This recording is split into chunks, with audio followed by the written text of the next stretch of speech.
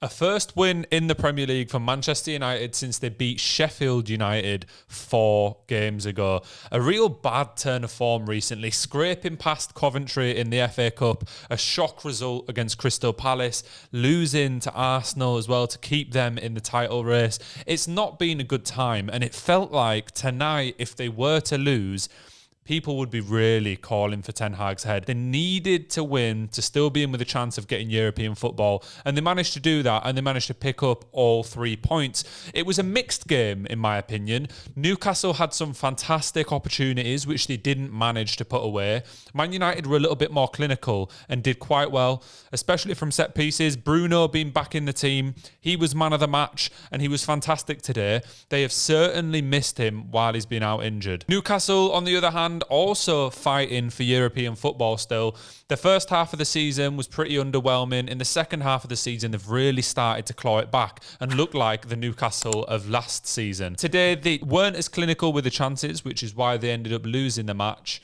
I don't think that they can complain with the overall performance, though. Eddie Howe shouldn't be bollocking the players. Let's jump into the match a little bit anyway. For the first 5 minutes, Newcastle really did seem to be on the front foot, and then things switched around a little bit. Mainoo got a goal, a very special young player who, in my opinion, simply has to be going to the World Cup. Really, based on the season he's had, it should be Mainoo and Rice starting in those holding midfield roles if that's how we're going to play. I would assume we will, because when does Southgate ever change anything? He got a goal. Trippier was keeping him miles onside. There's a big question around whether Trippier makes it to the World Cup, actually. I know for set pieces he's great, and I think he's had the second or first most assists for a defender in the Premier League this year.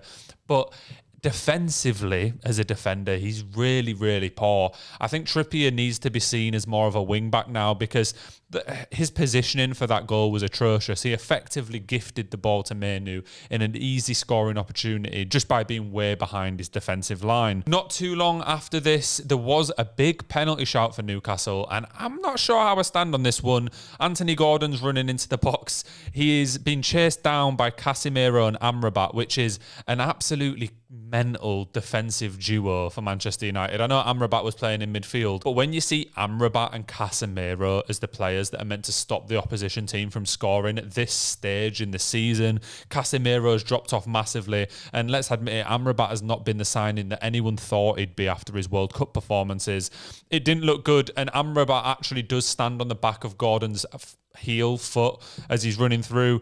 It wasn't given, and then VAR had a look at it and deemed it wasn't a clear and obvious error. I can see a world in which that does get given, and I don't think that most people would complain about it, but they didn't get it. Guimaraes had the best chance for Newcastle in the first half. Newcastle did get a little bit better after conceding. Guimaraes with a header from a corner, which he should have done better with, got it miles off target, definitely at least should have hit the target.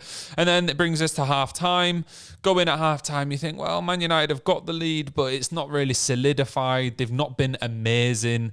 And then just after half-time, Anthony Gordon makes it 1-1. An unbelievable cross from Murphy, and he puts it away nicely, a decent finish.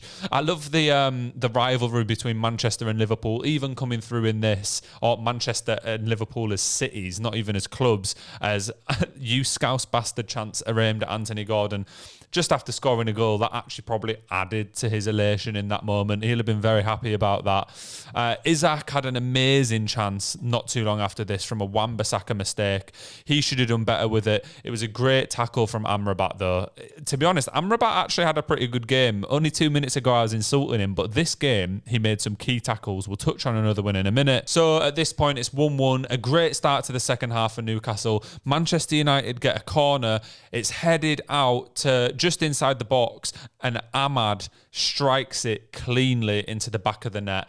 A very young player. I haven't seen too much from him, to be honest. I know there's a lot of injuries at Manchester United at the minute, and that's probably the reason he's starting games like this.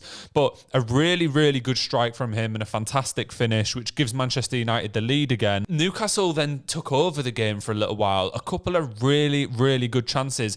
A one-on-one for Longstaff. Onana stood up tall and actually made a relatively good save. Ray, you'll hear me talk nicely about Onana, but he was good in that position. And a cross comes in about a minute later. Joe Linton gets the header on it. Onana tips it onto the bar. So some key saves for him tonight in a very important game for Manchester United. Maybe now he's been here for a whole season, practically a game off, he's starting to look a little bit more comfortable and those mistakes can get ironed out because he is a good shot stopper, but it's just the massive game-changing mistakes that needed to change. But as I said, Newcastle didn't take advantage of any of these chances and they really needed to.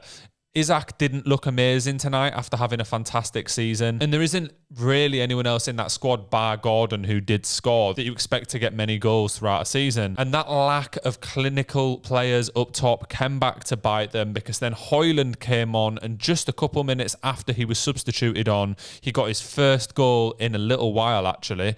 That takes him to 10 goal involvements for the season. And it was a really clean strike from him. Højlund looks like he could be a good player. I don't know right now if he's going to be capable of taking Manchester United back into the top 4 next season. It really wouldn't surprise me if they're still going for another striker in the summer. But for how young he is, 10 goal involvements in your first season in the Premier League is pretty impressive. That's just in the league as well. He had a couple more in the Champions League group stage. And then as the game's dying down, Newcastle pull it back to 3-2 with a fantastic goal from Hall. But there's no point touching on that too much because it didn't lead to anything. But Newcastle looked very good throughout. On a different day, they could have won this 5-3. The European spots are still open for Chelsea, Newcastle and Manchester United. Chelsea 3 points above the other two, so all they have to do is get a draw on the last day. You'd expect them to make it into Europe now. However, it's still really between Newcastle and Manchester United to see who gets there. I'm not even sure who both teams are playing. Newcastle have got Brentford. You'd expect them to win that. And Manchester United have got Brighton away, which might be a little bit more of a challenge. So despite winning today, it might not still be on for Manchester United, especially because if both teams win, Newcastle's goal difference is far superior. Unless there's going to be a 25-goal swing in the last game of the season, it looks like Newcastle is still going to hold on to a European spot. But at least Manchester United fought until the end. I suppose that's all they can ask for nowadays with the injuries and all. But thank you very much for watching this video. I hope you enjoyed. Please remember to like and subscribe. We're posting football content every single day this month. So come back tomorrow for more and I'll catch you again soon. Peace.